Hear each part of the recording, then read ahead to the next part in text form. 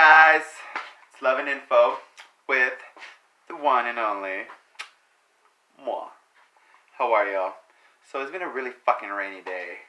Makes me want to sing one of my favorite songs. Guess what, you guys? The other days I sang on the bus. I met some random little 18 years old on the bus that were asking me to smoke weed with them because I got on smelling like weed and ended up singing on the bus with them. I'm not proud of it. I had a lot of fun. I probably won't do it again, but I would. So, today's subject is to forgive yourself. To forgive yourself in order to heal yourself, in order to free yourself. It's very damaging to ourselves. I was watching a TED Talk the other day, and by the way, this video has to be 10 minutes because they just called me into work. So I thought I had all day to make the video, which would have probably made me not make the video. But because I call into work, and I only have 10 minutes to make it, 10 minutes ago, then I have to. So, thanks life. Great. Back. Forgiving ourselves. You know, it's very important. I was watching a TED Talk the other day, and the lady was talking about how to be in control of your emotions and how emotions are data input that we put into our existence, basically, into our brain, you know, and how it's like not important to create emotions for something that wouldn't change our world or affect our world, and how just to know and to be aware of the fact that this emotions that we input into ourselves are like data, because like it's like a computer, you know, it won't feel it unless you tell it to. That's what I'm trying to say. Oh, there you go. You won't feel it unless you tell yourself to feel it. That's a.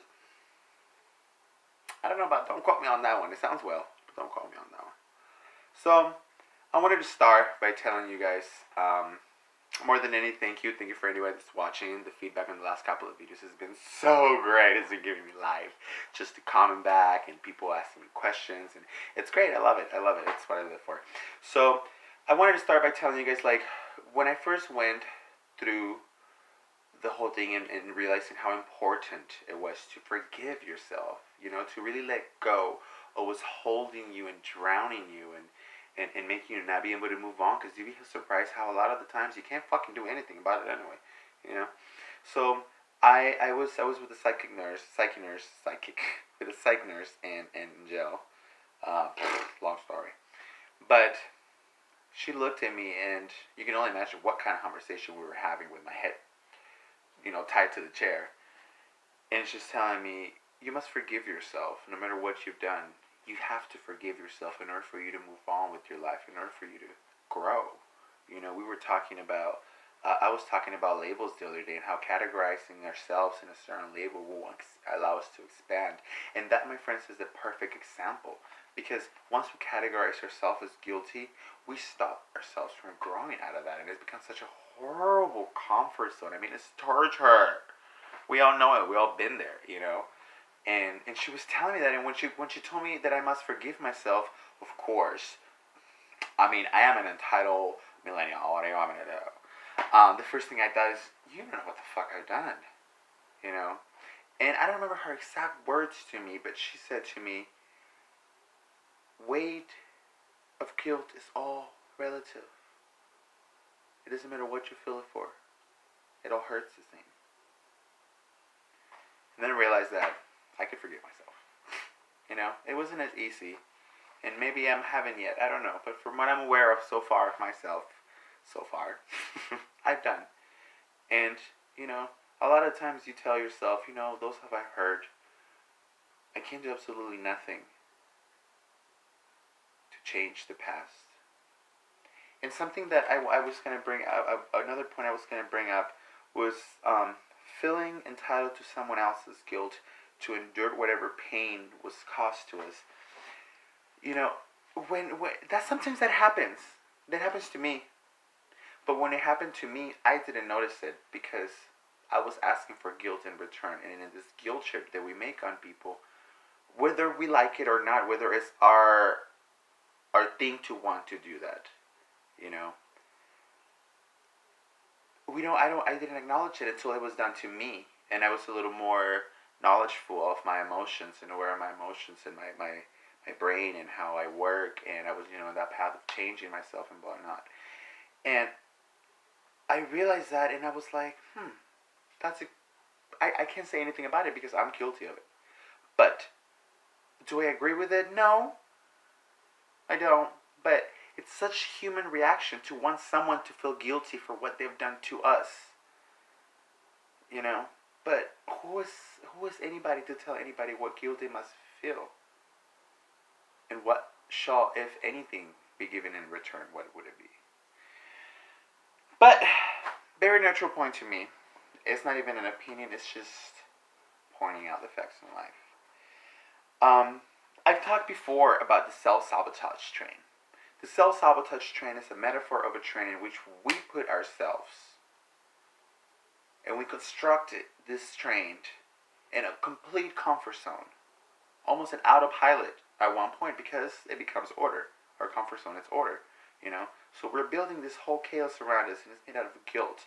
It's made out of pain. It's made out of remorse. It's made out of coulda, shoulda, wouldas, And this train goes absolutely nowhere. It hits a wall, And we talked about the butterfly effect before, but that's relative to the subject, which no matter what, you can't escape your problems.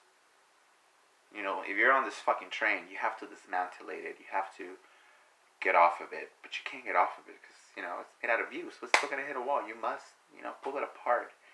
And guilt is a huge factor in the self-sabotage train, And a lot of times we want to hurt ourselves because of how guilty we got. Now we're martyrs, and now we think we're fucking Jesus, But it's completely, sometimes something that I like to do when I'm feeling down is to drown myself in complete theatrical queer pity. Like, I'm talking like, and you keep piling and at least with my kind of personality, I don't know anybody, I'm not telling what to do, bitch. I'm telling my story, so don't take me too serious, okay? But I'm like, I pity myself, and then all of a sudden, whatever issue that I thought was so big and that I feel so horrible about, all of a sudden, is not as big as my theatrical emotion and reaction to it, and it makes them feel so little. I just kind of laugh. I've always said pity parties are for the moguls, but sometimes a private one, in a very sarcastic, ironic way, it's fun. It helps you up, picks you up, Yeah. So that's really it, Don't create emotions that don't matter in your world. It's something very important. Something very, very important, and I wrote this in big letters at the end, so that I make sure that I said this at the end. Because after I made all of this, and I'm like, well, usually I tell you guys a problem or an issue that I'm going through, and then I tell you how I work through it, and blah, blah, blah. But right now, I'm just like stating it out, you know what I mean? Guilt cannot be avoided. We are human. Emotions, I don't know if they can be avoided or not. But guilt can't. I personally believe that at the point in where I'm lying in my life, and in the path of getting to myself and everything, I've discovered that if guilt cannot be avoided, there's always a healthier way to deal with an emotion that doesn't involve being detrimental to your own persona, because you must always come first. You must always love yourself first.